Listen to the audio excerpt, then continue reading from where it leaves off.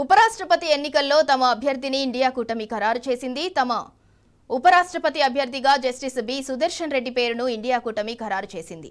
Justice B Sudarshan Reddy గతంలో supreme court మాజీ న్యాయమూర్తిగా పనిచేశారు.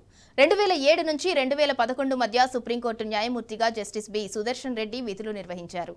ఆ తర్వాత గోవా లోకాయుక్తగా సైతం ఆయన పనిచేశారు. జస్టిస్ సుదర్శన్ రెడ్డి స్వస్థలం తెలంగాణలోని రంగారెడ్డి జిల్లా ఆకులమైలారం గ్రామం. ఉపరాష్ట్రపతి ఎన్నికల్లో ఇండియా కూటమి అభ్యర్థిగా సుప్రీంకోర్టు మాజీ న్యాయమూర్తి జస్టిస్ బి సుదర్శన్ రెడ్డి పేరును కాంగ్రెస్ అధ్యక్షుడు మల్లికార్జున ఖర్గే మంగళవారం ప్రకటించారు. దేశంలోని రెండో అత్యున్నత పదవి కోసం సెప్టెంబర్ 9న జరగనున్న ఎన్నికను సైద్ధాంతిక పోరుగా ఖర్గే అభివర్ణించారు. ఉమ్మడి అభ్యర్థిని పోటీలో ఉంచాలని అన్ని విపక్షాలు నిర్ణయించాయని, ఈ నిర్ణయాన్ని ఏకగ్రీవంగా తీసుకున్నాయని ఖర్గే విలేకరుల సమావేశంలో తెలిపారు. సుదర్శన్ రెడ్డికి సుదీర్ఘ గొప్ప న్యాయపరమైన అనుభవం ఉందని, ఆయన ఆంధ్రప్రదేశ్ హైకోర్టు న్యాయమూర్తిగా, గోహటి హైకోర్టు ప్రధాన న్యాయమూర్తిగా, సుప్రీంకోర్టు న్యాయమూర్తిగా పనిచేశారని ఖర్గే వివరించారు. సామాజిక, ఆర్థిక, రాజకీయ న్యాయం కోసం నిబద్ధతతో, ధైర్యంతో పోరాడుతున్నారని తెలిపారు. ఉపరాష్ట్రపతి ఎన్నిక ఓ సైద్ధాంతిక పోరాటమని, తమ ఉమ్మడి అభ్యర్థిగా సుదర్శన్ రెడ్డిని విపక్ష పార్టీలు నామినేట్ చేశాయని ఖర్గే తెలిపారు. The opposition parties have nominated Sri B. Sudarshan Reddy Garu as their joint candidate.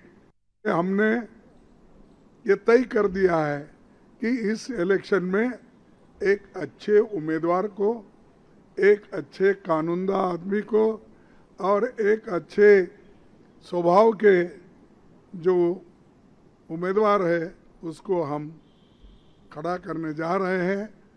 వచ్చే నెల 9న జరగనున్న ఉపరాష్ట్రపతి ఎన్నికల్లో ఇండియా కూటమి అభ్యర్థిగా ఎన్నికైన సుప్రీంకోర్టు మాజీ న్యాయమూర్తి బి సుదర్శన్ రెడ్డి స్వస్థలం తెలంగాణలోని రంగారెడ్డి జిల్లా కందుకూరు మండలంలోని ఆకులమైలారం గ్రామం.